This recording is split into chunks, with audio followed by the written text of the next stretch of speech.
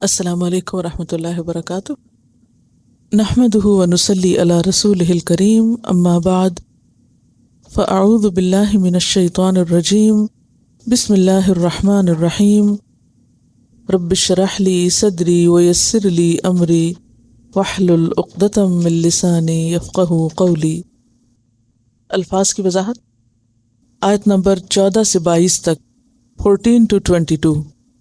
زینا، خوبصورت بنا دی گئی۔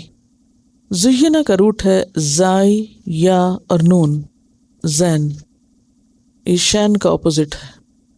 شانہ کا مطلب ہوتا ہے کسی چیز کو بدصورت بنانا، اور زانا کا مطلب ہے خوبصورت بنانا۔ زین نام بھی ہوتا ہے نا، زین العابدین۔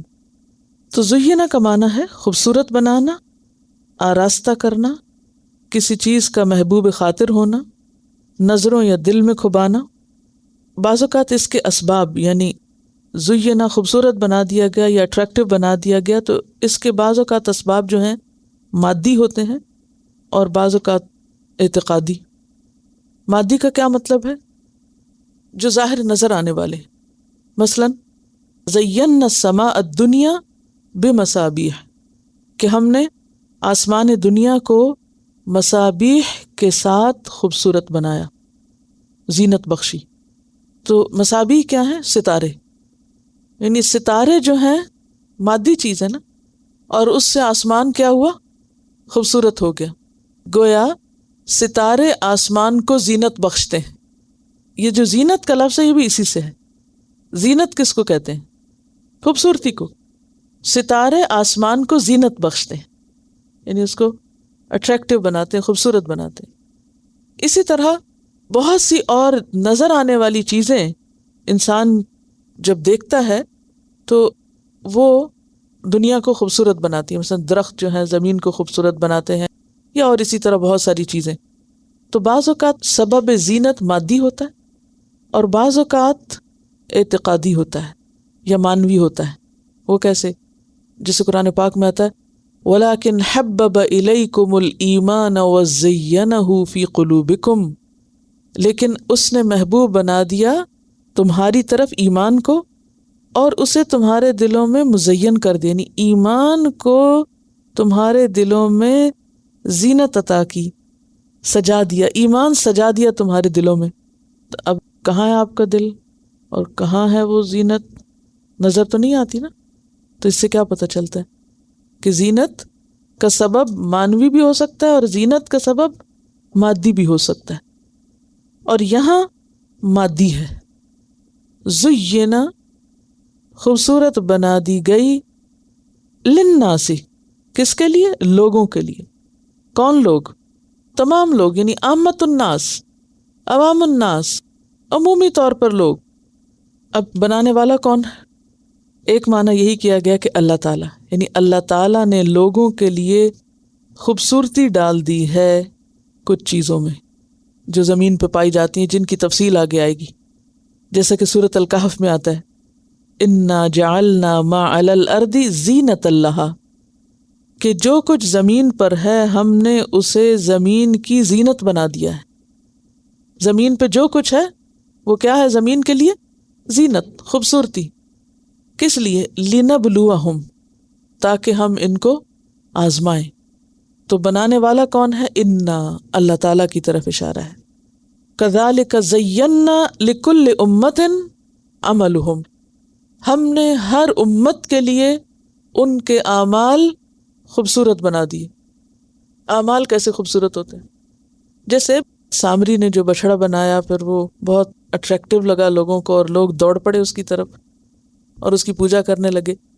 اسی طرح ہر قوم کے لیے اس کی جو مادی ترقی ہے کہ ہم نے اتنے ٹاور بنا لیے، اتنے انڈسٹری لگا لی، ایسی سڑکیں بنا لی، ایسے کارخانے بنا لیے، ایسے اسکول بنا لیے، یہ ساری مادی ترقی ہے نا۔ یہ کس نے زینت بخشی ہے زمین کو؟ انسانوں نے، ٹھیک ہے۔ تو كَذَلِكَ زَيَّنَّا لِكُلِّ أُمَّةٍ عَمَلُهُمْ، ہر امت کے لیے ان کے عمل جو ہے خوبصورت بنا دی۔ لوگوں کو اپنے کام بہت اچھے لگتے ہیں۔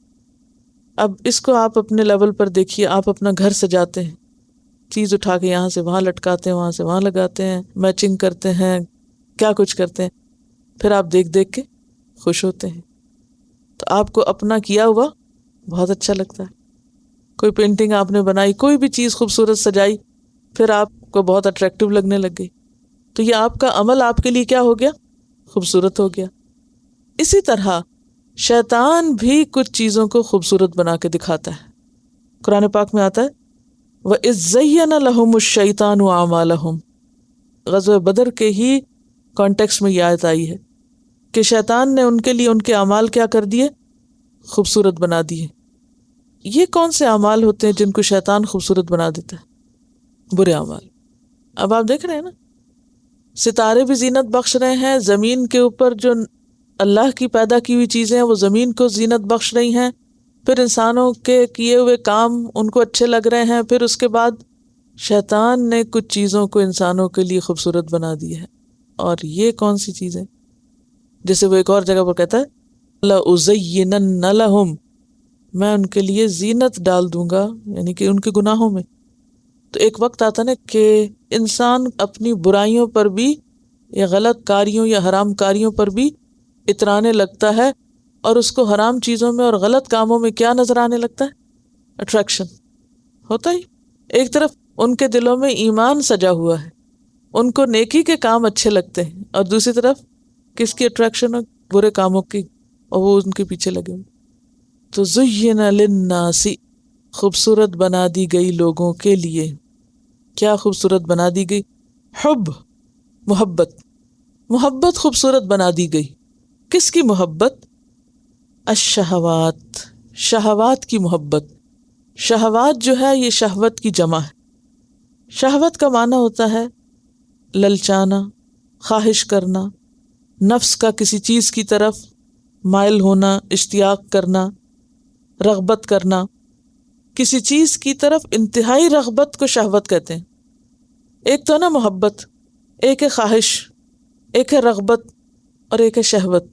کیا فرق ہے ان میں؟ محبت بھی ایک جذبہ ہے، ٹھیک ہے، پھر رغبت، مائل ہونا کسی چیز کی طرف، اٹریکٹ ہونا، یہ بھی ایک کیفیت ہے انسان کی، اور پھر انتہائی رغبت جسے شہوت کہا جاتا ہے، یعنی دل کا کسی چیز پر ٹوٹ پڑنا، ٹھیک ہے، پیشن کہہ سکتے ہیں. شین ہے یہ. اچھا، اشتہا بھی اسی سے ہے. اشتہا کس کو کہتے ہیں؟ بھوک. مجھے اس چیز کی اشتہا نہیں ہے. بھوک کے اندر جب ہوتی ہے اشتہا تو پھر کیا ہوتا ہے؟ جب آپ کو بھوک لگتی ہے تو پھر آپ کو کچھ سجائی نہیں دیتا. تو اب کہا یہ جا رہا ہے کہ شہوات کی محبت خوبصورت بنا دی گئی ہے. انتہا درجے کی اٹریکشن کی طرف اشارہ ہے. من النساء، عورتوں سے. یعنی صرف یہ نہیں کہا گیا کہ عورتوں کی محبت خوبصورت بنا دی گئی ہے یا آگے جو بھی چیزیں آ رہی ہیں، بلکہ کیا کہا جا رہا ہے کہ شہوات کی محبت میں زینت رکھ دی گئی ہے. یعنی ایک ہے محبت خوبصورت بنا دی گئی، ایک ہے شہوت کی محبت خوبصورت بنا دی گئی. تو کیا فرق ہے اس میں؟ یعنی جن چیزوں سے انسان کو محبت ہوتی ہے تو وہ ان چیزوں کا جو خیال ہے وہ خیال بھی ان کو محبوب ہوتا ہے. مثلاً آپ قرآن پاک کا نسخہ دیکھ رہے ہیں، بہت خوبصورت اس کی بائنڈنگ ہے، اچھا لگ رہا ہے آپ، ٹھیک ہے، اب یہ اٹریکٹیو ہے نا. اب اس کی جو اٹریکشن ہے اس سے محبت مراد ہے، یعنی اس سے محبت نہیں، اس کی جو اٹریکشن ہے اس اٹریکشن سے محبت. وہ جو خوبصورت لگنے کا خیال ہے نا دل میں، اس خیال کا بھی اچھا لگنا، یہ معنی ہے. چیز تو اچھی لگنی ہی ہے، اچھی لگنے کی جو کیفیت ہے اس کیفیت کے لیے بھی اٹریکشن ہونا، یہ مراد ہے. اصل میں آپ کلام کو انجوائے نہیں کر سکتے جب تک آپ اس کی گہرائی میں نہ اتریں. یعنی اللہ تعالیٰ کیا کہنا چاہ رہے ہیں اس کی گہرائی میں ذرا جائیے. وہ جیسے ایک شاعر کہتا ہے نا، الہی مجھ سے جدا نہ ہو الفت لیلا. الفت کا کیا مطلب؟ محبت. مشہور قصہ ہے نا لیلا مجنون کا، سب کو ہی پتا ہوگا. پتہ نہیں اس کی کوئی حقیقت ہے یا نہیں، بہرحال ایک سمبل ہے محبت میں، لو سٹوری ہے.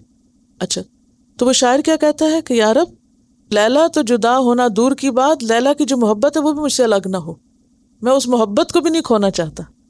یہ مراد ہے. یعنی وہ جو خیال ہے وہ بھی مجھے بہت عزیز ہے، تو لوگوں کے اندر ان چیزوں کی محبت اتنی ہے کہ ان چیزوں کی محبت سے بھی ان کو محبت ہے، یہ مراد ہے۔ زین للناس، خوبصورت بنا دی گئی لوگوں کے لیے، حب الشہوات، شہوات سے محبت، اور کن چیزوں کی شہوات؟ من النساء، عورتوں کی، نساء عورتیں، یعنی عورت کی محبت جو ہے وہ مرد کے لیے کیا ہے؟ شہوت ہے، اور وہ اس محبت کا جو خیال ہے وہ بھی بڑا اٹریکٹیو ہے، یعنی وہ جو ایک ذہنی آوارگی ہے، یعنی وہ الفت لیلا جو ہے، اب اگر آپ حب الشہوات من النساء کو الفت لیلا کہہ لیں تو وہ ان کے لیے بڑی ہی اٹریکٹیو کر دی گئی، یعنی ان چیزوں میں وہ کھب گئے ہیں، انہوں نے زندگی کا بس جو مقصد ہے وہ یہی بنا لیا۔ اب آپ نے 100 قصے سنے ہوں گے ایسی محبتوں کے جو وقتی جنون کے تحت ہوتی ہیں، جن کے پیچھے کوئی سالڈ بنیاد یا گراؤنڈ نہیں ہوتی۔ اس میں جب لوگ مبتلا ہوتے ہیں تو کس کام کے رہتے ہیں؟ کسی کام کے نہیں رہتے، ٹھیک ہے نا؟ اب یہ سب کیا ہے ان کے لیے؟ امتحان، کیونکہ انا جعلنا ما علی الارض زینۃ لہا لنبلوہم، اب اللہ نے اس میں اٹریکشن تو رکھی، لیکن یہ اٹریکشن کس لیے رکھی؟ امتحان کے لیے۔ کرتے کیا ہیں؟ اب بچتے کیسے ہیں؟ کتنا سخت امتحان ہے۔ یعنی ظاہری چیزوں میں جو کشش ہے، عورت میں جو کشش ہے، اس کشش کو مرد کے لیے کیا بنا دیا گیا؟ امتحان۔ اسی لیے حدیث میں آتا ہے، صحیح حدیث ہے، متفق علیہ روایت ہے، ما ترکت بعدی فتنة اضر علی الرجال من النساء، اپنے بعد میں نے مردوں کے لیے کوئی فتنہ عورتوں سے بڑھ کے نقصان دہ نہیں چھوڑا۔ یعنی آپ صلی اللہ علیہ وسلم فرما رہے ہیں کہ میرے بعد مردوں کے لیے جو سب سے بڑا فتنہ ہوگا عورت ہوگی، کیونکہ اچھے بھلے عاقل سمجھدار بامقصد لوگ جب کسی ایسے فتنے کا شکار ہوتے ہیں تو سارے مقاصد دھرے کے دھرے رہ جاتے، بیوی بچے گھر ہر چیز پیچھے، اور اس عورت کی محبت میں دیوانے جو ان کو دین دنیا سب بھلوا دیتی، اس میں یہ بھی نہیں دیکھتے کہ وہ ان کے لیے کتنی فائدہ مند ہوگی کتنی نہیں، دین مذہب کیا ہے، اولئک یدعون الی النار ہے یا الی الجنہ ہے، کیا ہے اس کے پیچھے کیا نہیں، مشرک ہے کافر ہے مسلمان ہے کون نہیں، تو یہ تو نہیں دیکھتے نا لوگ، کہ دیکھتے ایمان بھی بیچ ڈالتے ہیں۔ تو یہ بہت بڑا فتنہ ہے کسی بھی مرد کے لیے۔ تو زین للناس، یعنی دس از اے فیکٹ، زین للناس حب الشہوات من النساء والبنین، اور بیٹے، اولاد، اور اولاد میں سے بھی بیٹے۔ اب آپ دیکھیں کہ بیٹوں کی محبت عموماً بیٹیوں کی نسبت زیادہ ہوتی، الا ماشاء اللہ، اور پھر بیٹے کے حصول کے لیے لوگ کہاں تک جاتے ہیں، کہاں تک پہنچتے ہیں، اور خصوصاً ہمارے انڈو پاک کے معاشرے میں عورتوں کا کیا حال ہوتا ہے جن کے ہاں بیٹا نہ ہو، اور اس میں بھی آپ دیکھیں کہ کیسے کیسے شرک بعض اوقات کرتے ہیں لوگ، کسی قبر پہ جا رہے ہیں، کسی مزار پہ جا رہے ہیں، کسی بزرگ کے پاس جا رہے ہیں، الٹی سیدھی دوائیاں کھا رہے ہیں، الٹے سیدھے ٹیسٹ کروا رہے ہیں، اور جائز ناجائز ہر طریقے سے بیٹا لینے کی کوشش میں ہیں، بس دیوانے ہیں اس کے پیچھے ہر قیمت پہ، دین جائے دنیا جائے کچھ ہو، جائز طریقہ ناجائز طریقہ، بس بیٹا چاہیے۔ اور اب آپ کو نہیں معلوم ہے پہلے زمانے میں تو لوگ اس طرح کے شرک کرتے تھے نا بیٹوں کے حصول کے لیے کہ کسی غیر اللہ کے سامنے جا کے فریادیں کرتے، لیکن اب جب سائنس نے ترقی کی ہے تو اب خرابیوں کے کئی اور راستے کھل گئے۔ پہلے دور میں بیٹیوں کو زندہ درگور کرتے تھے پیدا ہونے کے بعد، اور اب ماں کے پیٹ میں ہی زندہ درگور کر دیتے ہیں، الٹرا ساؤنڈ سے سیکس کا پتہ کرا کے ابارٹ کرا دیتے ہیں، اور اس لیے ڈراپ ہو رہا ہے لیول یعنی خواتین کا ایسے علاقوں میں، لٹرلی توازن خراب ہو رہا ہے، کیونکہ بیٹی پیدا نہیں ہونے دے رہے، صرف بیٹا، اور پھر بیٹے کے حصول کے لیے اس میں جو ٹیسٹ ٹیوب بیبیز ہیں یعنی ایک نارمل نیچرل طریقے کو چھوڑ کر اس میں کہ یقینی طور پر، کیونکہ بعض ایسے کلینکس بھی بنے ہیں پاکستان میں جانتی ہوں جو آپ کو بھاری فیس لے کر بیٹے کی گارنٹی دیتے ہیں۔ آپ کو معلوم ہے کہ ایک خاص ریشو کے ساتھ جب سیل ملتا ہے پھر اس کے بعد یہ کہ آپ سیکس ڈٹرمن کر سکتے ہیں، یا آپ اپنی چوائس کی سیکس بھی اس میں حاصل کر سکتے ہیں۔ تو بہرحال انسانوں نے اللہ کے نظام میں جیسے بھی خلل ڈالا. تو والبنین، اور بیٹے، بیٹوں کی محبت بھی لوگوں کے دلوں میں گھر کر گئی ہے، یعنی اس نے بھی ان کو دیوانہ بنا رکھا ہے. والقناطیر، اور مال کثیر. قناطیر جو ہے یہ ربائی ہے، قاف نون تو رے اس کا روٹ ہے، قنطرہ ہے کے ساتھ آگے. برج کو بھی کہتے ہیں، بلند عمارت کو بھی کہتے ہیں. ملٹی سٹوری بلڈنگ کو قنطرہ کہتے ہیں. کیوں؟ ملٹی سٹوری، ایک کے اوپر ایک، تہ بتہ. تو زیادہ مال کے لیے بھی کیا استعمال ہوتا ہے؟ قنطار. نوٹ کیسے رکھے جاتے ہیں؟ تہ بتہ. یعنی ویسے بھی آپ دیکھیں کہ اگر سنگل سنگل نوٹ بھی رکھے جائیں تو وہ بھی کیسے رکھے جاتے ہیں؟ تہ بتہ. ایسا تو نہیں کہ جیسے تیسے ہو بس ملغوبہ بنا کر رکھتے. ٹھیک ہے، پھر ان کی جب گڈیاں بن جاتی تو پھر ان کو تہ بتہ، ربڑ لگا لگا کے پھر تہ بتہ. اسی طرح مال و دولت ہو، جیسے سونا چاندی ہے تو وہ بھی کیا ہے؟ تہ بتہ. یعنی ڈھیر کیسے بنتا ہے؟ تہ بتہ. تو قنطار سے جمع ہے قناطیر، یعنی بہت سے ڈھیر، ڈھیروں ڈھیر مال. اور قنطار اس زمانے کے پیمانے سے اگر آج کو ملایا جائے تو 100 کلو وزن کے برابر ہوتا ہے. یعنی جیسے 100 کلو سونا. اب 100 کلو سونا ہو تو کیسے رکھیں گے آپ ڈھیر بنا کے؟ ایک کے اوپر ایک اینٹ. المقنطرہ، مقنطرہ کا دو معنی کیے گئے ہیں. ایک ہے ڈھیر کیے ہوئے، یعنی استعمال ہی ایسے ہوتا ہے قناطیر المقنطرہ، جیسے ظلن ذلیلہ قرآن پاک میں آتا ہے. یعنی ایک اسم کے ساتھ اسی کا پھر آگے تاکید، جیسے ہم اردو میں بھی استعمال کرتے ہیں نا، کالا سیاہ، شدت پیدا کرنے کے لیے. تو اسی طرح قناطیر المقنطرہ پہلے لفظ ہی کو مزید تاکید یا سپورٹ دے رہا ہے. اور دوسرا معنی مضبوط اور محکم بھی کیا گیا ہے کہ مضبوط محکم، یعنی پختہ قسم کے ڈھیر، پکے مضبوط رکھے ہوئے بڑے بڑے لوہے کے سیف میں.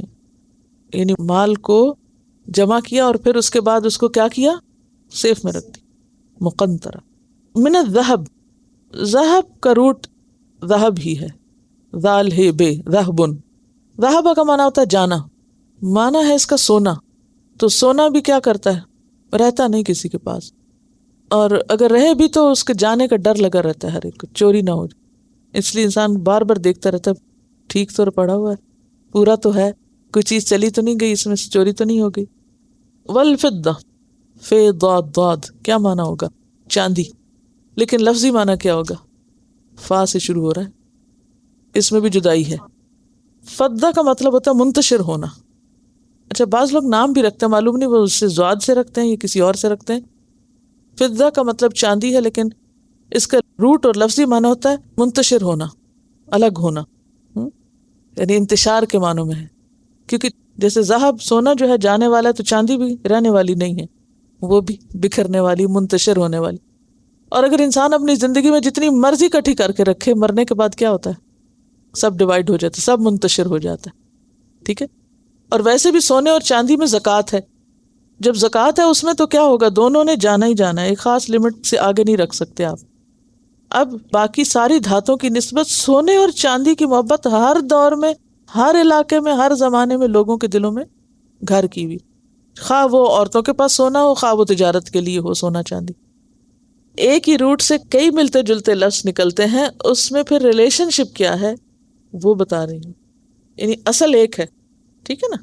مثلاً ایک درخت آپ نے لگا، بیج ایک ہے، اس میں سے ٹہنی بھی نکلی ہوئی ہے، پتا بھی نکلا ہوا، پھول بھی نکلا ہوا، پھل بھی نکلا ہوا ہے، ہر ایک کی شیپ الگ ہے، لیکن اصل ایک ہے. تو روٹ ایک ہے.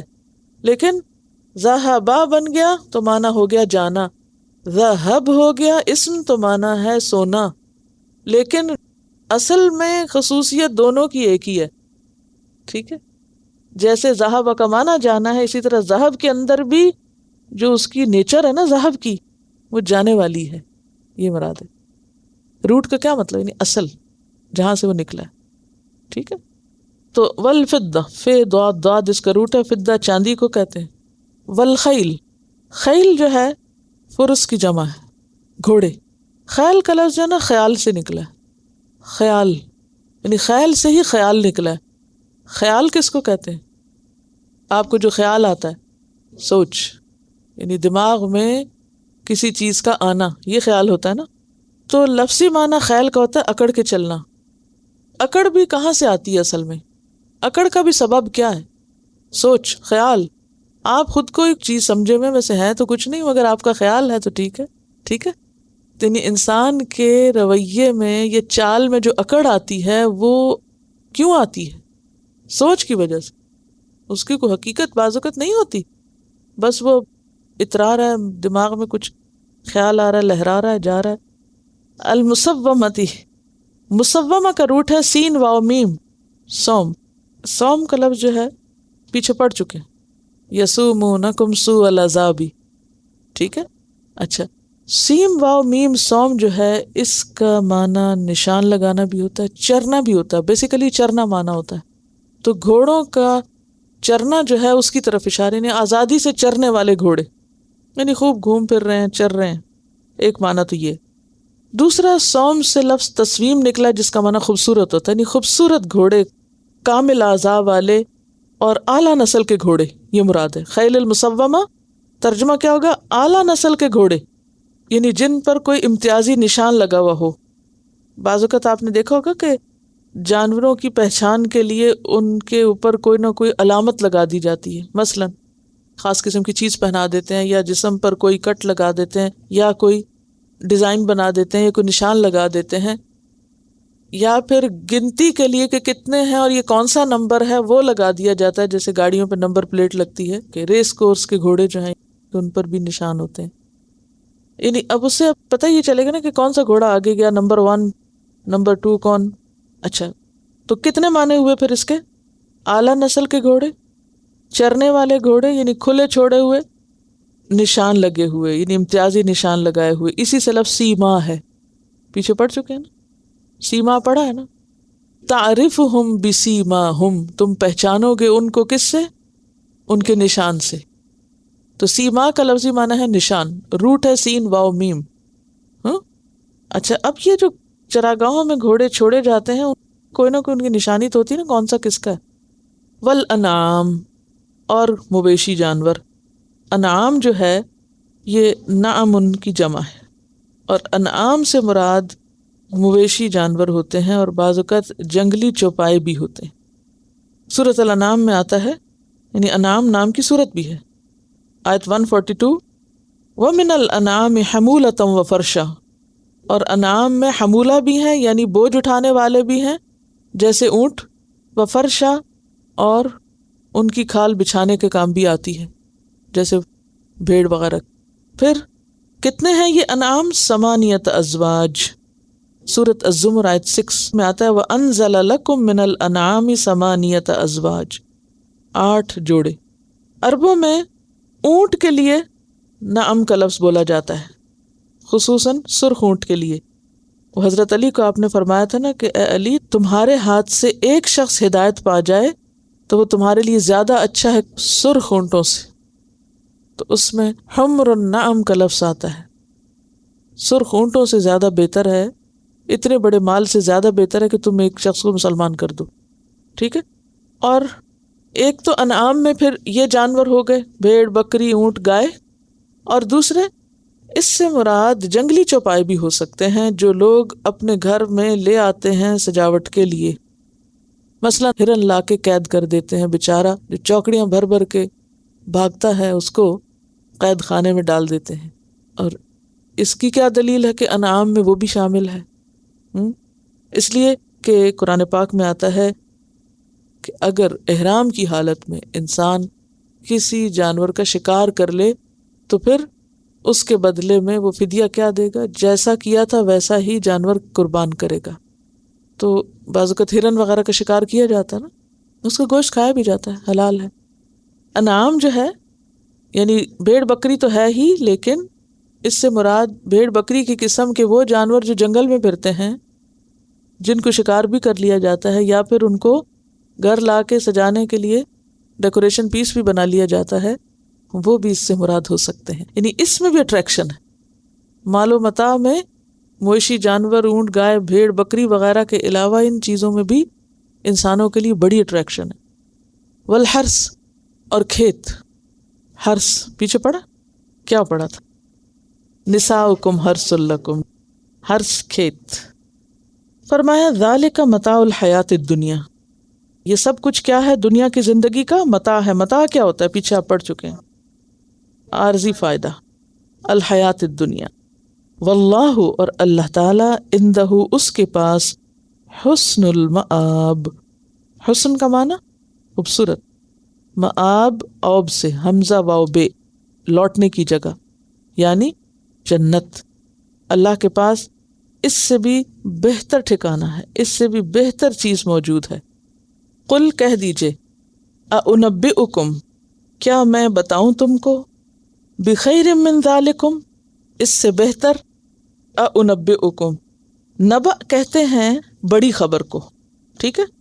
قل ہوا نبأ عظیم، آتا نا قرآن پاک میں، بڑی خبر جس سے بڑا فائدہ اور یقین حاصل ہو، جو شک سے پاک ہو، ٹھیک ہے؟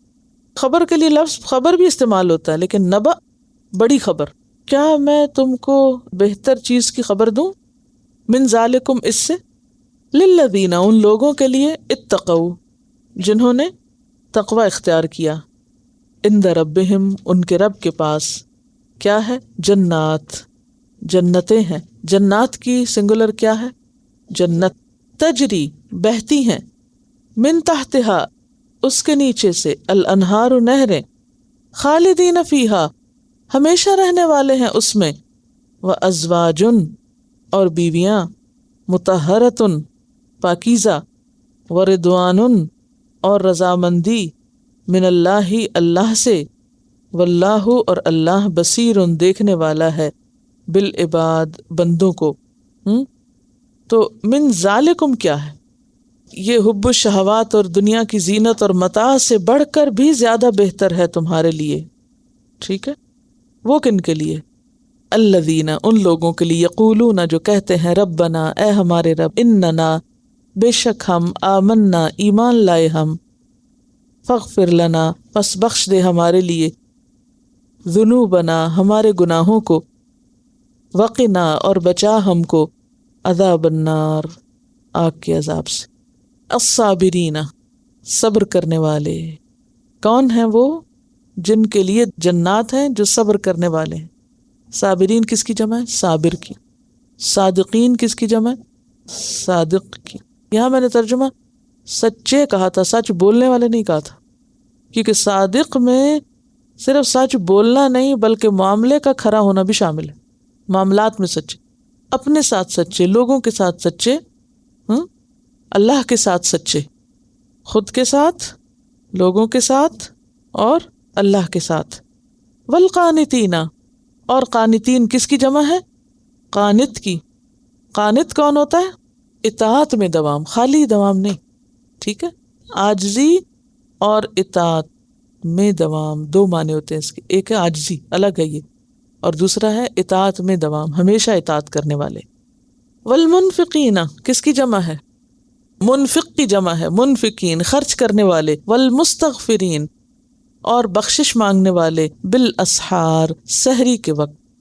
سحر، سحر کہتے ہیں صبح کے اوقات کو، یعنی وہ وقت جو رات کی تاریکی اور دن کی روشنی کے ساتھ ملتا ہے، دونوں کے بیچ میں، یعنی بالکل رات کا آخری حصہ، سویر کی ابتدا جب سے ہونے لگے اور رات کا آخری حصہ، یعنی جو تہجد کا وقت ہے بنیادی طور پر، یہ قبولیت دعا کا وقت ہوتا ہے۔ حدیث میں آتا ہے ہر رات کا جب آخری تہائی حصہ باقی رہ جاتا ہے، باری تعالیٰ آسمان دنیا پر نزول اجلال فرماتا ہے اور ارشاد فرماتا ہے کہ کون ہے جو مجھ سے دعا کرے، میں اس کی دعا قبول کر لوں، کون ہے جو مجھ سے مانگے، میں اسے عطا کروں، کون ہے جو مجھ سے گناہوں کی معافی چاہے تو میں اس کے گناہ معاف کر دوں۔ یہ مسلم کی روایت۔ تو خاص طور پر سحری کا وقت، استغفار کا وقت۔ شہد اللہ، گواہی دی اللہ نے، کیا؟ یا گواہی کا معنی ہے بیان کرنا، آگاہ کرنا۔ اللہ نے آگاہ کر دیا، کس بات کو بیان کر دیا، کس بات کی گواہی دی؟ انہو، بے شک وہ، لا الہ الا ہو، کہ اس کے سوا کوئی الہ نہیں۔ اللہ نے یہ بات اچھی طرح واضح کر دی ہے کہ اس کے سوا کوئی الہ نہیں۔ والملائکۃ، اور فرشتوں نے بھی یہی بات کہی ہے۔ وَأُولُو الْعِلْمِ اور علم والوں نے بھی یہی بات کہی. 3 کی ایک بات ہے. تو یہاں اولو العلم کی فضیلت نظر آ رہی ہے. اولو المال نہیں کہا گیا، کیا کہا گیا؟ اولو العلم کہا گیا ہے. اللہ نے گواہی دی، فرشتوں نے گواہی دی، اولو العلم نے گواہی دی. 3 کا ذکر برابر کیا گیا. کس بات کی گواہی دی؟ ایک تو یہ کہ وہ ایک الہ ہے، اور وہ کیسا الہ ہے؟ قائما بالقسط، جو انصاف کو قائم کرنے والا ہے، عدل و انصاف کا قائم رکھنے والا ہے. لا الہ الا ہو، اس کے سوا کوئی الہ نہیں. هو العزیز الحکیم، وہی زبردست ہے، حکمت والا ہے. ان الدین عند اللہ الاسلام، بے شک دین اللہ کے نزدیک اسلام ہے. الدین کا کیا معنی ہوتا ہے؟ ملت، شریعت، طریقہ زندگی. اللہ کے نزدیک زندگی گزارنے کا جو ریکمینڈڈ طریقہ ہے وہ کون سا ہے؟ الاسلام ہے. وما اختلف، اور نہ اختلاف کیا، الذین، ان لوگوں نے، اوتوا الکتاب، جنہیں کتاب دی گئی تھی. یہ کون ہے؟ یہود و نصارہ. الا، مگر، کب؟ من بعد ما، اس کے بعد جو، جاءہم العلم، آ گیا ان کے پاس علم. ان کے پاس علم آ گیا، علم آنے کے بعد اختلاف کیا. کیوں کیا؟ بغین، ضد کی وجہ سے، حسد کی وجہ سے، ظلم کی وجہ سے. بینہم، آپس میں. ومن یکفر، اور جو کوئی کفر کرے گا، بآیات اللہ، اللہ کی آیات کا، فإن اللہ، تو بے شک اللہ تعالی، سریع الحساب، جلد لینے والا ہے حساب. فإن حاجوک، پھر اگر وہ جھگڑے تجھ سے. کیا معنی ہوتا ہے حاجہ؟ یحاجو، حاججتم، کسی پر غالب آنے کے لیے دلیل دینا، حجت کرنا. یعنی گفتگو میں جو جھگڑا ہوتا ہے اور اس میں جو غالب آنے کی کوشش ہوتی ہے دلیل کے ساتھ، اس کی طرف اشارہ. فقل، تو کہہ دیجیے، اسلمت، اسلمت کا کیا معنی؟ میں نے سپرد کر دیا. وجہیہ، اپنا چہرہ، اپنا آپ میں نے تو حوالے کر دیا ہے. کس کے؟ للہ، اللہ کے. ومن، اور جو کوئی، اتبعنی، پیروی کرے میری، جو میری پیروی کرے اس کو بھی یہی حکم ہے کہ وہ اپنے آپ کو اللہ کے حوالے کر دے. وقل للذین، اور کہہ دیجئے ان لوگوں کے لیے. کن لوگوں کے لیے؟ اوتوا الکتاب، جو دیے گئے کتاب. والامیین، اور امیوں سے بھی کہہ دیجئے. امی کون ہے یہاں؟ اہل عرب، مشرکین عرب مراد ہیں. ایک طرف اہل کتاب ہے اور دوسری طرف مشرکین عرب. یاد رکھیے کہ جب اہل کتاب کے مقابلے میں امی آتا ہے تو اس سے مراد مشرکین عرب ہوتے ہیں. اسلمتم، کیا تم اسلام لائے ہو؟ کیا تم بھی اپنا آپ اللہ کے حوالے کرتے ہو؟ فإن اسلموا، پھر اگر وہ اسلام لے آئیں. فقد اہتدوا، پس تحقیق وہ ہدایت پا گئے. وإن تولوا، اور اگر وہ منہ موڑ جائیں. تولا، یا تولا تو بہت دفعہ آ چکا ہے نا پیچھے. فإنما، تو بے شک، علیک، آپ پر، البلاغ، کیا روٹ ہوگا اس کا؟ بے لام غین، بلغ، پہنچانا. بلاغ ہوتا ہے پہنچا دینا، میسج کنوے کر دینا. آپ کے ذمے پیغام پہنچانا ہے بس. واللہ، اور اللہ، بصیر، دیکھنے والا ہے، بالعباد، بندوں کو. عباد کس کی جمع؟ عبد کی. ان الذین، بے شک وہ لوگ، یکفرون، جو کفر کرتے ہیں، بآیات اللہ، اللہ کی آیات کے ساتھ. وَيَقْتُلُونَ، اور وہ قتل کرتے ہیں، النبیین، نبیوں کو، بغیر حق، ناحق. وَيَقْتُلُونَ، اور وہ قتل کرتے ہیں، الذین، ان لوگوں کو، یأمرون، جو حکم دیتے ہیں، بالقسط، انصاف کا، یعنی امر بالمعروف کرتے ہیں، من الناس، لوگوں میں سے. فبشرہم، تو بشارت دے دو ان کو، بعذاب علیم، دردناک عذاب کی. اولئک الذین، یہی وہ لوگ ہیں، حبطت، ضائع ہو گئے، اعمالہم، ان کے اعمال، فی الدنیا، دنیا میں، والآخرۃ، اور آخرت میں. وما لہم، اور نہیں ان کے لیے. کن کے لیے؟ جن کے اعمال ضائع ہو گئے. اور کن کے اعمال ضائع ہو گئے؟ جنہوں نے شرک کیا اور انبیاء کو ناحق قتل کیا، کفر کیا، اور ایسے لوگوں کو قتل کیا جو اللہ کی طرف لوگوں کو بلاتے ہیں. وما لہم من ناصرین، ان کے لیے کوئی نہیں ہوگا مددگاروں میں سے، یعنی کوئی مددگاروں میں سے کوئی مددگار ان کے لیے نہ ہوگا۔ تفسیر آیت نمبر 14 سے، زُيِّنَ لِلنَّاسِ حُبُّ الشَّهَوَاتِ مِنَ النِّسَاءِ وَالْبَنِينَ وَالْقَنَاطِيرِ الْمُقَنطَرَةِ مِنَ الذَّهَبِ وَالْفِضَّةِ وَالْخَيْلِ الْمُسَوَّمَةِ وَالْأَنْعَامِ وَالْحَرْثِ ذَلِكَ مَتَاعُ الْحَيَاةِ الدُّنْيَا وَاللَّهُ عِندَهُ حُسْنُ الْمَآبِ۔ خوبصورت بنا دی گئی لوگوں کے لیے شہوات کی محبت، عورتوں اور بیٹوں اور ڈھیروں مال، سونے اور چاندی اور نشان زدہ گھوڑوں میں سے اور مویشی اور کھیتی میں سے، یہ متاع ہے دنیا کی زندگی کی، اور اللہ کے پاس بہترین ٹھکانہ ہے، لوٹنے کی جگہ ہے۔ اللہ تعالیٰ نے اس دنیا کو بنایا، اور اس دنیا میں جو کچھ ہے وہ انسان کے لیے بنایا۔ خلق لکم ما فی الارض جمیعا، اور سب کچھ انسان کے فائدے کا بنایا۔ پھر ان چیزوں میں انسان کے لیے اٹریکشن بھی رکھی، زینت رکھی، ان چیزوں کی محبت رکھی، کیونکہ اگر ان چیزوں میں اٹریکشن نہ ہو تو انسان ان چیزوں کی طرف مائل نہ ہو، ان کو چھوڑ جائے، ان سے فائدہ نہ اٹھائے۔ لیکن سوال یہ پیدا ہوتا ہے کہ اللہ تعالیٰ نے ان چیزوں کے اندر اتنی زیادہ کشش کیوں رکھی؟ تو اس کی بنیادی وجہ یہی ہے کہ اللہ نے یہ سب کچھ امتحان کے لیے بنایا ہے۔ دنیا امتحان کی جگہ ہے، اور پھر یہ کہ انسان کو اس دنیا میں رہتے ہوئے اپنے رب کی رضا حاصل کرنے کے لیے جو جد و جہد کرنی ہے، وہ بھی انہی چیزوں کے ذریعے یا ان چیزوں کے اندر رہتے ہوئے ہوگی۔ کیونکہ اگر انسان کے پاس گھر نہ ہو، فیملی نہ ہو، مال نہ ہو، سواری نہ ہو، آمدنی کے ذرائع نہ ہوں، تو انسان کے لیے نیکی کمانے کے مواقع بھی نہیں رہتے۔ پھر اسی طرح یہ سب کچھ دے کر انسان سے کیا چاہا کہ انسان اللہ کا شکر گزار ہو۔ شکر گزاری نعمت پر ہوتی ہے، تو یہ چیزیں جہاں آزمائش ہیں وہاں انسان کے لیے نعمت بھی ہیں، اور یہ دیکھا جا رہا ہے کہ کون اس نعمت کو پا کر شکر گزار ہوتا ہے اور کون انہی کے اندر غرق ہو کر اللہ کو بھول جاتا ہے۔ تو گویا یہ چیزیں ایک طرف امتحان ہیں، دوسری طرف نیکی کمانے کا ذریعہ ہیں، تیسری طرف آخرت کے درجات کی بلندی کا ذریعہ بھی ہیں۔ اب یہ انسان پر ڈپینڈ کرتا ہے کہ انسان ان چیزوں کو کس راستے میں کیسے استعمال کرتا ہے۔ تو گویا حب الشہوات ایک جانی پہچانی چیز ہے، اور ہر دور میں انسانوں کے اندر رہی ہے، یعنی انسان کو دنیا کی چیزوں سے ہمیشہ محبت رہی ہے، کیونکہ دنیا کی چیزوں کی ظاہری چمک دمک انسان کو اپنی طرف کھینچتی ہے، اور یہ ایک پیدائشی جذبہ ہے۔ بچپن سے ہی آپ دیکھتے ہیں کہ بچہ جو ہی بڑا ہوتا ہے تو ہر وہ چیز جو اس کو اچھی لگتی ہے، خواہ وہ اس کے لیے ڈینجرس ہی کیوں نہ ہو، اس کی طرف لپکتا ہے۔ کبھی کھلونے اچھے لگتے ہیں تو کبھی اور چیزیں۔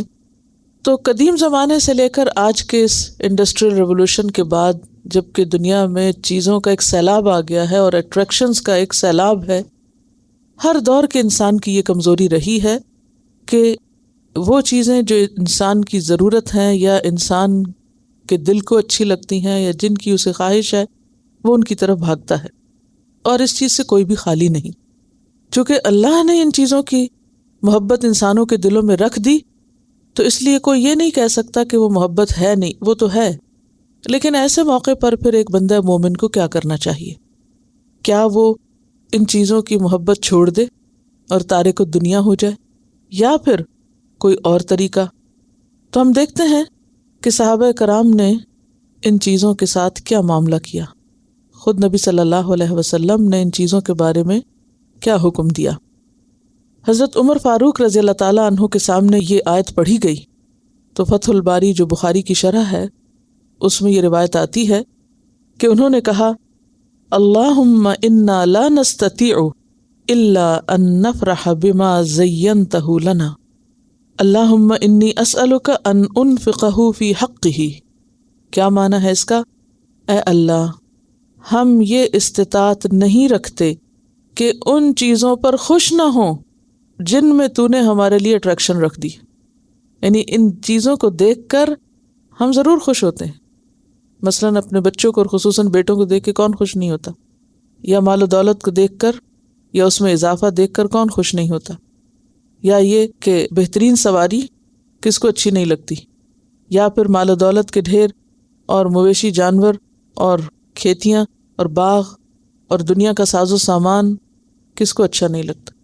سب کو اچھا لگتا ہے، اچھی چیز اچھی ہی لگتی اور اچھی چیز کو اپریشیٹ بھی کرنا چاہیے۔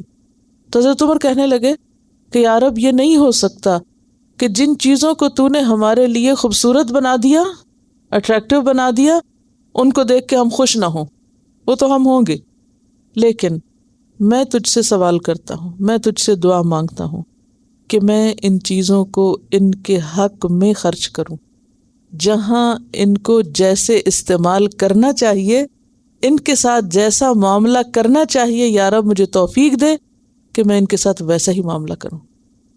تو یہ ہے وہ صحیح نقطہ نظر جو ان چیزوں کے بارے میں انسان کا ہونا چاہیے۔ ایک اور روایت میں ان کے الفاظ یوں بیان ہوئے ہیں، لا نستطيع الا ان نحب ما زینت لنا فقنی شرہ وارزقنی ان انفقہ فی حقک، کہ یا رب یہ استطاعت نہیں ہے ہم میں کہ ہم ان چیزوں سے محبت نہ کریں جن کو تو نے ہمارے لیے خوبصورت بنا دیا، مزین کر دیا، سجا دیا۔ میری تجھ سے التجا یہ ہے کہ مجھے تو ان چیزوں کے شر سے بچانا، یعنی ان چیزوں کا جو برا پہلو ہے یا ان چیزوں میں جو خرابی ہے تو مجھے اس سے محفوظ رکھنا، اور مجھے توفیق دینا کہ میں ان کو تیرے حق میں استعمال کر سکوں، یعنی تیری راہ میں آگے جانے کے لیے ہی ان چیزوں کو استعمال کروں، یعنی اس سے میں صرف دنیا نہیں کماؤں بلکہ اس سے تیری رضا کماؤں، آخرت حاصل کروں۔ تو پھر کرنا کیا ہے؟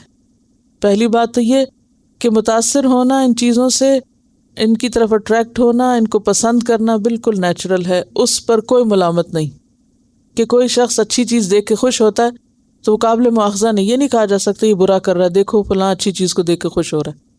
لیکن جہاں یہ کیفیت پیدا ہوتی ہے کہ کوئی بھی چیز اچھی لگتی، کوئی بھی، وہیں سے انسان کا امتحان شروع ہو جاتا ہے، کیونکہ اگر اچھی نہ لگے تو امتحان ہی کوئی نہیں، پھر تو کوئی ٹیسٹ نہیں۔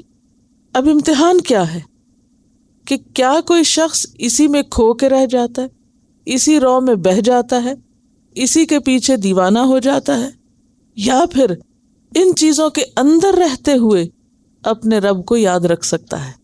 تو کرنا ہمیں یہ ہے کہ ان چیزوں کا جو ظاہری پہلو ہے جس سے انسان روب کھاتا ہے، جس سے انسان مروب ہوتا ہے، امپریس ہوتا ہے، اٹریکٹ ہوتا ہے، صرف وہیں تک نہ رک جائے، اس سے آگے جائے اور ان چیزوں کا دوسرا پہلو بھی دیکھے، اس ظاہری اٹریکشن کے پیچھے کیا ہے، اب یہ مجھے لے جانے کس طرف والی ہے۔ انسان اس اٹریکشن میں کھو نہ جائے، بھول نہ جائے، یہ بالکل ایسے ہی ہے۔ مثلاً اگر آپ اپنے گھر سے نکلتے ہیں کسی باغ کی سیر کرنے کو، وہ باغ آپ کو بہت اٹریکٹ کرتا ہے، بہت اچھا لگتا ہے، کیا آپ وہیں بیٹھ جاتے ہیں؟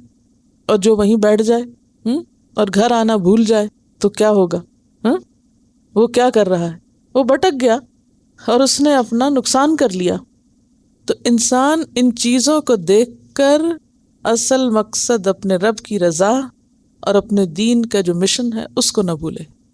یعنی یہ سب چیزیں ہوں گی اس کے پاس، بندہ مومن کے پاس یہ سب کچھ ہو سکتا ہے، لیکن وہ ان کی خاطر نہیں جیتا، وہ ان کو پانے کے لیے اپنے اعلیٰ مقاصد کو قربان نہیں کرتا۔ ہماری زندگی کا اعلیٰ ترین مقصد کیا ہے؟ ہم کیوں بھیجے گئے یہاں؟ اللہ کی عبادت کے لیے۔ یعنی ان چیزوں کے اندر کھو کے اللہ کی عبادت کو نہ بھولے، اور اللہ کی عبادت میں صرف اپنی ذات ہی کی حد تک ہماری ذمہ داری نہیں، بلکہ امت وسط کی حیثیت سے کیا ذمہ داری ہے ہماری؟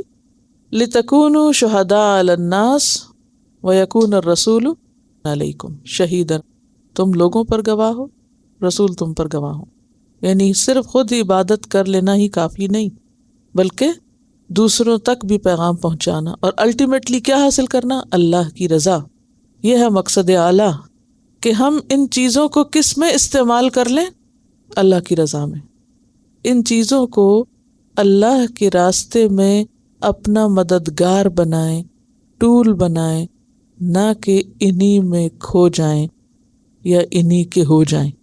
اب ذرا امیجن کریں، یہ سب چیزیں آپ کو اپنی طرف کھینچ رہی، آپ کا دل ان کی طرف کھینچ رہا ہے۔ ایسے ہی ہوتا ہے نا، اٹریکشن کیا ہوتی؟ جیسے مقناطیس، کہیں بھی رکھ دو آپ اس کو، اگر کہیں بھی قریب لوہا ہے سامنے ہے اس کے، تو وہ کیا کرے گا؟ ادھر کو کھینچنا شروع ہو جائے گا، چھوٹا ہے یا بڑا ہے کھینچ جائے گا، پل ہے نا اس کی طرف۔ ان چیزوں کی طرف انسان کے اندر نیچرلی پل ہے، یہ چیزیں کھینچتی ہیں آپ کو۔ اب آپ کو اپنے آپ کو کھینچنا ہے، اور کدھر کو کھینچنا ہے؟ اپنے رب کی طرف لے جانا ہے۔ اور یہ روز امتحان ہوتا ہے نا۔ اب گھروں کی محبت سورۃ التوبہ میں پڑھیں گے آپ، کھینچتی ہے نا آپ کو، پھر آپ اپنے آپ کو کدھر کھینچتے ہیں؟ نماز کی طرف۔ انہی گھر کے کاموں میں سے وقت نکالتے ہیں، پھر اب قرآن پڑھنے لگ گئے ہیں تو اس کی طرف کھینچ کے لانا پڑتا ہے نا، آخر چھوڑنا پڑتا ہے، بس اتنا ہی کافی ہے، بہت ہو گیا، اب بس چلو دوسرا کرو۔ ورنہ دنیا کے کام، مثلاً اگر صرف نماز ہی کی حد تک ذاتی عبادت ہی آپ دیکھ لیں، اس سے اگلے درجے پہ نہ بھی جائیں، ذاتی عبادت بھی دیکھ لیں، تو بھی آپ کو ان چیزوں میں سے خود کو کھینچنا پڑتا ہے۔ تو یہ ساری چیزیں، چاہے عورت کی محبت ہو یا اولاد کی محبت ہو یا مال کی ہو، کاروبار ہے، بزنس ہے، یا سونا چاندی ہے، یا پھر گھوڑے ہیں، مویشی جانور ہیں، یا کھیت ہیں، باغ ہیں، یہ سب چیزیں انسان کو اپنی طرف کھینچتی ہیں۔ اور آج کے دور میں تو اور بھی بہت ساری چیزیں ان سے ملٹی پلائی ہو کے نکل آئی ہیں، وہ بھی اپنی طرف کھینچتی ہیں۔ ان سب چیزوں کے اندر ہوتے ہوئے، مثلاً کمپیوٹر ہے اور اس طرح کی گیمز ہیں، کئی قسم کے اٹریکشنز کے سامان ہیں۔ آج کی دنیا میں تو زیادہ فتنے، ٹیلی ویژن ہے، ہر ایک کے لیے الگ الگ آزمائش ہے۔ یہ سب چیزیں آپ کو اپنی طرف کھینچتی ہیں، آپ بھاگتے ہیں، پہنچتے ہیں، سارے کام کر کے فوراً جس کی جو چیز پسندیدہ ہے دوڑتا ہے اس کی طرف۔ آپ کی جاب ہو سکتی ہے، آپ کا کام ہو سکتا ہے، آپ کا گھر ہو سکتا ہے، بچے ہو سکتے ہیں۔ تو ہر ایک اپنا اپنا ایک شوق اور شغل ہوتا ہے نا، وہ کچھ بھی کر رہا ہے اس کے دماغ میں وہی چل رہا ہے، وہ کیا کرنا ہے، کیا کرنا ہے۔ وہ سو رہا ہے، وہ جاگ رہا ہے، وہ چل رہا ہے، وہ پھر رہا ہے، وہ کھا رہا ہے، وہ پی رہا ہے، وہ اٹھ رہا ہے، بیٹھا ہے، وہ قریب ہے، وہ دور ہے، وہ ہزاروں میل کے فاصلے پر ہے، وہ کھنچا ہوا اسی کی طرف۔ ٹھیک ہے، اچھا، اب یہ کھچاؤ وہ جو آپ کے ہاتھ میں اور وہ جو آپ کے ہاتھ سے باہر ہے، جو ابھی آپ تک پہنچی نہیں، دونوں طرح ہوتا ہے نا۔ کچھ چیزیں تو آپ کے پاس آ گئی اور کچھ ابھی آئی نہیں، تو انسان دونوں کی طرف کھنچتا ہے۔ اب ان چیزوں کی پل نیچرل ہے، اور آپ کا امتحان کیا ہے؟ دوسری طرف سے آپ کو کھینچنا ہے۔ اب اس کھینچ میں، اس مقابلے میں جو جیت گیا وہی جیت گیا، سمجھ گئے؟ ٹگ آف وار گیم دیکھی، دو طرف سے لوگ رسی کھینچتے ہیں، اور کامیاب کون قرار پاتا ہے؟ جس در زیادہ زور۔ یہی امتحان، اگر ایمان کی طاقت ہوگی تو ان چیزوں سے آپ اپنے آپ کو نکال لیں گے، بلکہ ان کو بھی ساتھ ہی لے آئیں گے ایمان کے رستے پہ، ساری چیزوں کو ادھر ہی استعمال کر لیں گے۔ اور اگر ایمان کی طاقت نہیں، آپ کچے ہیں، آپ کمزور ہیں، تو آپ خود ادھر گر پڑیں گے اور ایمان جائے گا اور سب کچھ جائے گا۔ واضح؟ اب ذرا انڈیویجولی بھی تھوڑا تھوڑا آپ دیکھ لیجئے ان چیزوں کو۔ مثلا سب سے پہلے نمبر پر عورتوں کا ذکر ہے، کیونکہ جیسے پہلے حدیث آپ صلی اللہ علیہ وسلم کی متفق علیہ روایت بتائی گئی کہ اپنے بعد سب سے زیادہ مردوں کے لیے نقصان دہ فتنہ جو میں نے چھوڑا ہے وہ عورتیں ہیں، لیکن عورت ہی کو دنیا کی سب سے بہترین متاع قرار دیا گیا ہے۔ یعنی جس طرح عورت انسان کو شر کی طرف لے جانے میں سب سے لیڈنگ رول پلے کر سکتی، اسی طرح عورت نیکی کی طرف لے جانے میں بھی سب سے اہم رول پلے کر سکتی ہے، مرد کے لیے سب سے بہترین مددگار ہو سکتی ہے۔ اب یہ آپ پر ہے، آپ اپنے شوہروں کی دنیا میں ان کی مددگار بنے یا دین میں بنے، آپ کھنچ جائیں ان کے رستے پر یا ان کو کھینچ لائیں اپنے رستے پر، یہی تو امتحان ہے۔ صحیح مسلم کی روایت ہے، الدنیا متاع وخیر متاع الدنیا المرأة الصالحہ، اور دنیا کی سب سے بہترین متاع نیک عورت ہے۔ دنیا میں سب سے زیادہ خوبصورت چیز، سب سے زیادہ بہترین چیز نیک عورت ہے۔ ایک اور حدیث میں آتا ہے، الدنیا متاع وخیر متاعها المرأة الصالحہ، دنیا متاع ہے اور اس کی بہترین متاع نیک عورت ہے۔ کون ہے وہ نیک عورت؟ ذرا اس کی ڈیفینیشن دیکھیے اور اپنے آپ کو اس پہ رکھ کے دیکھیے۔ اذا نظر الیہا سرتہ، جب شوہر اس کی طرف دیکھے تو اسے خوش کرے، یعنی کہ موڈ آف کر کے بیٹھی رہے، جواباً مسکرائے، حال حلیہ اچھا بنا کے رکھے. وَإِذَا أَمَرَهَا أَطَاعَتْهُ، اور جب کسی کام کو کہے تو اس کی اطاعت کرے، بات مانے. الا یہ کہ کوئی حرام یا منکر کام کہے، لیکن عام روزمرہ زندگی میں جو جائز درست اچھے کام ہیں ان میں اس کی اطاعت کرے، بات مانے. وَإِذَا غَابَ عَنْهَا، اور وہ جب اس سے دور چلا جائے، غائب ہو جائے، حفظتہ، تو اس کی حفاظت کرے، فی نفسہا و مالہ، اپنی ذات میں اور اس کے مال میں، یعنی گھر بار کی حفاظت بھی کرے اور اپنی عزت، رفت اور ایمان کی حفاظت بھی، حیا کی حفاظت بھی. پھر آپ دیکھیے کہ چاہے عورت اٹریکٹیو ہے لیکن اسے دنیا کی بہترین متاع قرار دیا گیا، اور نبی صلی اللہ علیہ وسلم نے بھی اپنی پسندیدہ ترین چیزوں میں عورت کا ذکر کیا ہے. تو اس سے پتہ چلتا ہے کہ عورت کا پسندیدہ ہونا عورت کے لیے کوئی برائی نہیں ہے. اب اس میں یہ نہیں سوچنا چاہیے کہ چونکہ عورت جو ہے وہ جیسے دوسرے ادیان مذاہب میں کہ وہ شیطان کی چیلی ہے اور معلوم نہیں کیا کیا ہے، مرد کو اس نے جنت سے نکلوایا اور برائی کا مجمع ہے اور گڑھ ہے. نہیں، ہمارا دین یہ نہیں کہتا. یعنی عورت کو بری چیز نہیں کہا گیا، اٹریکٹیو کہا گیا، مگر برائی نہیں ہے اس کے اندر، بلکہ اگر وہ نیک ہے تو سب سے بہترین چیز ہے دنیا کی. آپ صلی اللہ علیہ وسلم نے فرمایا، مسند احمد کی روایت ہے، حبب الی من الدنیا، تمہاری دنیا میں سے جو چیز مجھے محبوب ہے، النساء، عورتیں، والطیب، خوشبو، وجعلت قرۃ عینی فی الصلاۃ، اور میری آنکھوں کی ٹھنڈک نماز میں ہے. اب یہ ہے وہ بیلنس، یہ ہے وہ عدل کہ جو رکھنے کی ضرورت ہے، کہ اٹریکٹیو چیز اٹریکٹیو ضرور ہے لیکن آنکھوں کی ٹھنڈک نماز میں، کہ ان چیزوں کے اندر ہوتے ہوئے بھی دل کہاں اٹکا ہوا ہو، مرکز توجہ کیا ہو، دنیا یا آخرت. آخرت، دلچسپی کس میں ہو، یعنی لمٹ کیا ہے، اور اس سے آگے ظاہری چیزوں کی کشش سے نکل کر وہ بڑا مقصد نہ بھولے جس کے لیے ہمیں پیدا کیا گیا ہے. پھر اسی طرح دوسری چیز ہے والبنین، بیٹے. اب بیٹوں میں آپ دیکھیے کہ اولاد صدقہ جاریہ بھی ہے، جیسے کہ حدیث میں آتا ہے کہ انسان کا نام اعمال بند ہو جاتا ہے سوائے 3 چیزوں کے، جس میں نمبر 1 کیا ہے، ولد صالح یدعو لہ، نیک اولاد جو ماں باپ کے لیے دعائیں کرے. مرنے کے بعد بہترین چیز جو انسان اپنے پیچھے چھوڑتا ہے، اس کے مال متاع پراپرٹی سے زیادہ بہترین چیز وہ نیک اولاد ہے، جو اسے قبر میں بھی فائدہ دیتی ہے، دعائیں کرتی ہے اس کے لیے. کیونکہ مرنے کے بعد انسان کو کوئی پرواہ نہیں ہوتی اس نے اپنے پیچھے کتنے محلات چھوڑے ہیں. اس کو کس چیز کا انتظار رہتا ہے؟ دعا کا. اور کسی چیز پر اتنا خوش نہیں ہوتا انسان جتنا اس دعا پر جو اس کی اولاد اس کے لیے کرتی ہے مرنے کے بعد، یا لوگ اس کے لیے کرتے ہیں. تو اس سے کیا پتہ چلتا ہے کہ بنین یا اولاد جو ہے، بیٹے جو ہیں، اگرچہ فتنہ ہیں، جیسے کہ سورۃ التغابن میں کہا گیا، انما اموالکم و اولادکم فتنہ، کہ تمہارے مال اور تمہاری اولاد فتنہ ہیں، لیکن اس فتنے میں خیر بھی ہے. اور وہ کب ہے؟ جب انسان ان کی اچھی تربیت کرے اور وہ اس کے بعد اس کے علم کے، دین کے، اچھے اعمال کے وارث ہوں، اور وہ بعد میں اس کے لیے اچھے کام کرتے رہیں اور پیچھے سے تحفے بھیجتے رہیں نیکیوں کے، دعاؤں کے. ٹھیک ہے.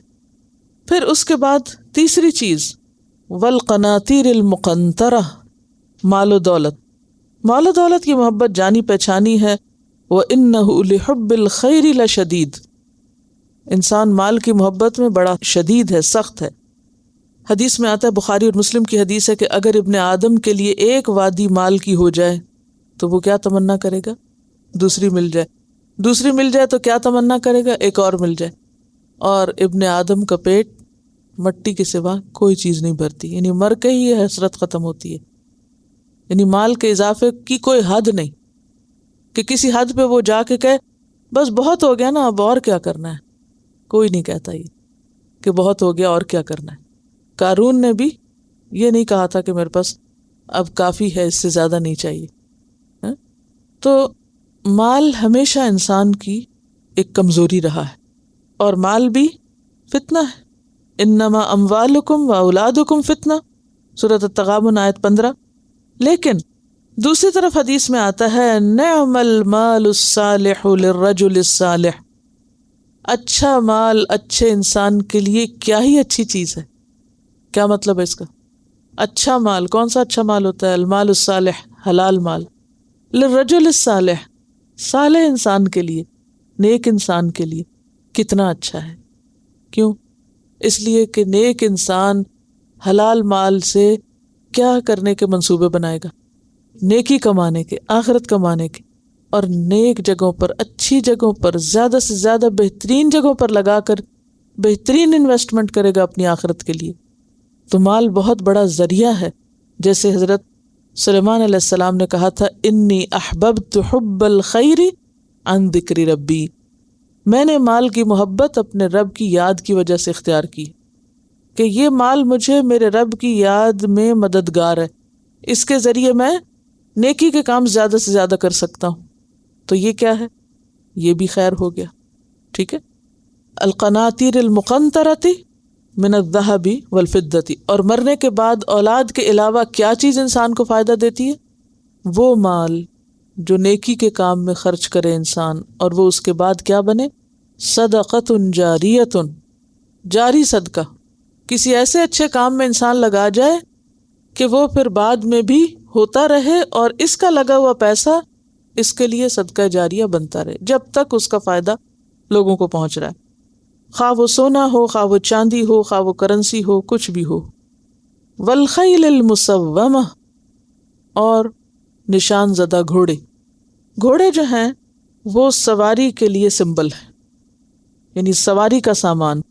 آج کے دور میں بھی گھوڑے کی قدر و قیمت کچھ کم نہیں، جیسے ہر دور میں لوگوں نے گھوڑے کو ایک اپنے سٹیٹس کا سمبل بھی بنایا، اور ویسے بھی کیا کیا، سواری کے لیے بھی استعمال کیا۔ اور آج بھی آپ دیکھیں پہاڑی علاقوں میں، برفانی علاقوں میں، کٹن علاقوں میں، تنگ دشوار گزار گھاٹیوں میں، جہاں کوئی گاڑی نہیں جا سکتی، جہاں کوئی سائیکل، کوئی آپ کی مشین نہیں چل سکتی، وہاں کون چلتا ہے؟ گھوڑا چلتا ہے۔ تو گھوڑا جو ہے یہ ہر دور میں فائدہ مند چیز رہی۔ حدیث میں آتا ہے کہ اللہ تعالیٰ نے گھوڑے کی پیشانی سے قیامت تک کے لیے خیر باندھ دی، کسی دور میں بھی گھوڑے کی قدر و قیمت کم نہیں ہوگی، ہمیشہ اس سے خیر ہی نکلے گی۔ لیکن یہ یاد رکھیے کہ گھوڑے بھی 3 طرح کے ہوتے ہیں، سواریاں 3 طرح کی ہوتی۔ اب گھوڑے کو میں سواری سے سمبلائز کر کے سواری کی بات کروں گی، اور وہ 3 طرح کے گھوڑے کیسے ہوتے ہیں حدیث کی روح سے؟ ایک ہے وہ جس سے انسان فی سبیل اللہ کام لیتا ہے، دوسرا وہ جو فخر کا ذریعہ ہے، تیسرا وہ جو ستر ہے۔ فی سبیل اللہ، اللہ کے راستے میں جانے کے لیے سواری، چاہے وہ جنگ ہو، جہاد ہو، یا طلب علم ہو۔ مثلاً اگر آپ کے پاس گاڑی نہ ہوتی تو آپ یہاں کیسے پہنچتے؟ نہیں پہنچ سکتے تھے۔ تو گاڑی کیا ہے آپ کے لیے؟ نیکی کمانے کا ذریعہ بن گئی۔ قدم قدم پر فرشتے پر بچھاتے ہیں اس راستے کے جہاں سے طالب علم گزرتا ہے۔ ذرا سوچیں، امیجن کریں اس کو۔ تو وہ گاڑیاں جو دوڑاتے ہیں آپ اس کام میں، وہ بہترین مصرف۔ اب آپ دیکھیں، ہو سکتا ہے شیطان دل میں خیال ڈالتا ہو اتنا پیٹرول لگ جاتا ہے، اتنی گیس خرچ ہو جاتی ہے، اتنا بل بڑھ گیا مہینے کا، بجٹ میں اضافہ ہو گیا۔ جب ہم اپنے گھر کے کام سے نکلتے ہیں کوئی بھی خیال نہیں آتا کہ کچھ خرچ ہو رہا ہے، لیکن آخر کیوں کہ جب نیکی کے کام کے لیے نکلیں تو ہم بار بار میٹر دیکھتے رہیں۔ یہ شیطان ہے نا جو انسان کو بہکاتا ہے۔ حالانکہ جو چیزیں آپ دنیا کے لیے خرچ کرتے ہیں وہ تو رہ جائیں گی پیچھے، آگے تو یہی جانا ہے۔ تو جو فی سبیل اللہ استعمال ہوتا ہے وہ انسان کے لیے اجر ہے۔ تو پہلی قسم کا گھوڑا باعث اجر ہے، ٹھیک ہے۔ کون سا گھوڑا باعث اجر ہے؟ کون سی سواری باعث اجر ہے؟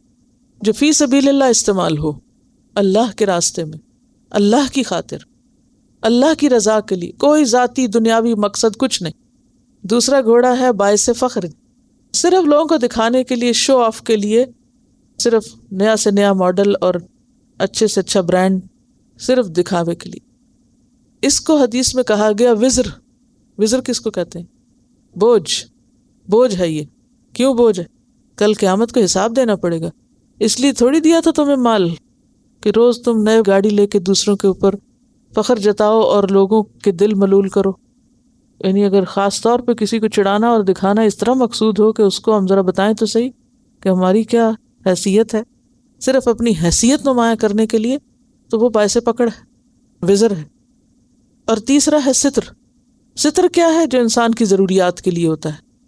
مثلاً آپ گاڑی پہ بیٹھ کے جاتے ہیں گروسری کرنے، سامان لانے، ادھر ادھر کی ضروریات پوری کرنے، تو یہ کیا ہے؟ ستر، یعنی اس نے آپ کو مشکل سے بچایا ہوا ہے۔ ستر ہوتا ہے نا ڈھانپنا، پروٹیکشن، یعنی یہ آپ کے لیے کیا ہے؟ ایک آسانی کا ذریعہ ہے۔ تو بات یہ ہے کہ والخیل المسومہ، نشان زدہ گھوڑے یا مضبوط گھوڑے یا اعلیٰ نسل کے گھوڑے، یعنی صرف گھوڑے نہیں بلکہ گھوڑوں میں بھی پھر اعلیٰ، اس میں بھی انسان کی بہت اٹریکشن رہی ہے۔ والانعام، اور مویشی جانور، اسی لیے آپ دیکھیں مویشی جانوروں پر زکوٰۃ ہے، گھوڑے پر نہیں ہے لیکن مویشی جانوروں پر ہے، گائے بھیڑ بکری وغیرہ پر۔ والحرث، اور کھیتیاں، کھیتیوں میں ہر طرح کی کھیتی، ہر قسم کی زراعت، چاہے وہ پھل ہو، چاہے وہ اناج ہو، سبزی ہو، کچھ بھی ہو، جو کچھ بھی زمین اگاتی۔ اب آپ دیکھیں کہ ان سب چیزوں کی محبت انسان کے دل میں جم گئی۔ ذالک متاع الحیات الدنیا، لیکن انسان کو کیا بتا دیا گیا کہ یہ دنیا کی زندگی کا متاع ہے، چند دن کے لیے ہے، جتنا بھی ہے تھوڑے دن کے لیے، بہت مختصر، بہت محدود، لمیٹڈ، ہمیشہ کے لیے نہیں ہے، اور سخت امتحان کے لیے کہ انسان ان چیزوں کے اندر گھر جاتا ہے یا ان چیزوں کو نیکی کے راستے میں استعمال کرتا ہے۔ اور یہ بھی یاد رکھیں، حدیث میں آتا ہے حفت الجنت بالمکارہ وحفت النار بالشہوات۔ حفت الجنت، جنت گھیر دی گئی ہے کس چیز سے؟ ناپسندیدہ چیزوں سے، جو انسان کی طبیعت کے خلاف ہوتی ہیں، مرضی کے خلاف۔ اور حفت النار، آگ گھیر دی گئی ہے کس سے؟ بالشہوات، ایسی ہی خواہشات سے، ان چیزوں کی اٹریکشن، کہ ان چیزوں کے پیچھے بھاگتے بھاگتے انسان جا گرتا ہے اس کھڈے میں۔ صحیح مسلم کی روایت۔ اب انسان پھر کیا کرے؟ انسان ان چیزوں کو استعمال تو ضرور کرے، لیکن ان کی محبت انسان کے دل میں نہ گر جائے۔ جیسے اس کشتی کی مثال ہے نا، ایک فارسی کا شعر ہے، مولانا رومی فرماتے ہیں آب اندر زیر کشتی پشتی است، آب در کشتی ہلاک کشتی است، کہ پانی جب تک کشتی کے نیچے ہوتا ہے وہ اس کے لیے چلنے کا ذریعہ بنتا ہے، پانی کے بغیر کشتی چل ہی نہیں سکتی۔ تو ان چیزوں کے بغیر دنیا کے کام نہیں چلتے۔ ایسا ہی ہے نا، اب ایک مرد کو شادی بھی کرنی، عورت چاہیے، اولاد چاہیے، مال، بزنس چاہیے، عورتوں کو خاص طور پہ سونا چاندی چاہیے، پھر سواری چاہیے، مویشی کھانے پینے کے لیے اور ضروریات زندگی پوری کرنے کے لیے، باغ، کھیتیاں، چاہے ڈائریکٹلی نہیں بھی اگر ہمیں چاہیے تو انڈائریکٹلی وہ ساری پروڈکٹ تو چاہیے۔ میٹ اینڈ فوڈ جو ہے وہ ساری کہاں سے آتی ہے؟ آپ کی زمینوں سے آتی ہے۔ تو ہر یعنی ایک تو ڈائریکٹ مالک ہونا، اور ایک یہ کہ اس کی زراعت کا آپ کے پاس آنا ہے، یہ سب کچھ چاہیے۔ اس کے بغیر گاڑی نہیں چل سکتی زندگی کی، یا کشتی نہیں چلتی آپ کی۔ لیکن آپ در کشتی، پانی جب کشتی کے اندر آ جائے تو ہلاک کشتی است، اس سے کشتی ہلاک ہو جاتی۔ وہی پانی جو کشتی کو چلاتا ہے اگر کشتی کے اندر داخل ہو جائے تو کشتی ڈوب جاتی ہے۔ بالکل اسی طرح دنیا ہمارے لیے، سب کے لیے بہت ضروری ہے، لیکن جب دنیا کی محبت دل میں اس طرح گھر کر جائے کہ انسان کو رب بھول جائے، اپنا مقصد اعلیٰ بھول جائے، تو پھر کیا ہوتا ہے؟ ہلاکت کا ذریعہ بن جاتا ہے۔ تو فرمایا یہ سب کیا ہے؟ دنیا کی زندگی کا متاع۔ واللہ عندہ حسن المآب، اور اللہ کے پاس بہت اچھا ٹھکانہ ہے۔ اس لیے ہمیں کیا دعا مانگنی چاہیے؟ ربنا آتنا فی الدنیا حسنۃ وفی الآخرۃ حسنۃ وقنا عذاب النار، دنیا میں بھی بھلائی دے اور آخرت میں بھی بھلائی دے، یعنی جنت نصیب کر۔ وآخر دعوانا ان الحمد للہ رب العالمین۔ سبحانک اللہم وبحمدک، نشہد ان لا الہ الا انت، نستغفرک ونتوب الیک۔ السلام علیکم ورحمۃ اللہ وبرکاتہ۔